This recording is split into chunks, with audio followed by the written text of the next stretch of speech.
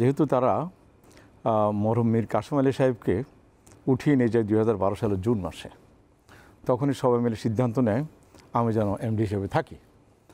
আর সেই মোতাবেক আমি এমডি হিসেবে ছিলাম বহুদিন।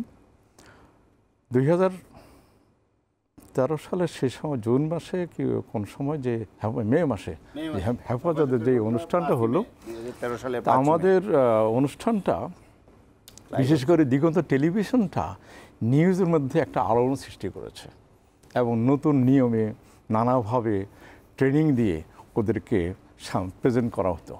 সেই মোতাবেক আমরা অনলাইনে সব খবর দিয়ে দিচ্ছিলাম। একটা কথা না বললেই নয়, যখন পুলিশ একটা গুলি ছোঁড়ে, সেই গুলিটা একটা শিশুর চোখ দিয়ে বের হয়ে যায়, তখনই তথ্য মন্ত্রণালয়ের লোক এসে আমাদের এটা বন্ধ করে দেয়। সাথে সাথে বন্ধ হয়ে যায়, আজ অবধি বন্ধ আছে।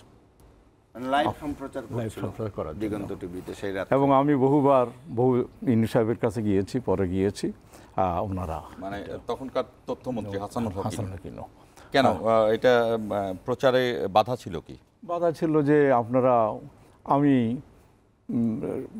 তথ্য মন্ত্রণালয়ে বসে 6টা টেলিভিশন দেখছিলাম, শুধু আপনারাই প্রচার করেছেন, আর কেউ প্রচার করেনি। আমাকে সরাসরি এই কথাটাই বলেছে। আমি মিনিস্ট্রিতে গিয়েছি আমার সাথে দেখা করার জন্য, যে আমাদের 400-500 লোক বেকার হয়ে গেছে, অনেকে গ্রামে চলে গেছে, অনেকে জববিহীন, অতএব আপনার চেষ্টা করেন না। আপনার কি প্রচার করেছিলেন? সেটিকে রাষ্ট্র বা সরকারের জন্য হুমকি স্বরূপ ছিল?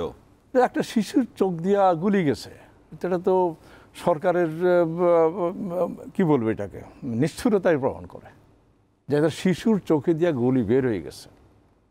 সেই অনুষ্ঠানে প্রচার করার জন্যই আমাদের এটা বন্ধ করে দিয়েছে। এবং মনে হয় আধা ঘন্টার মধ্যে সবাই টেলিভিশনে আসছে, সবাই পালায় টালায় ছাদের রাজা নিচে আসা বন্ধ কিটি সব নিয়ে গেছে।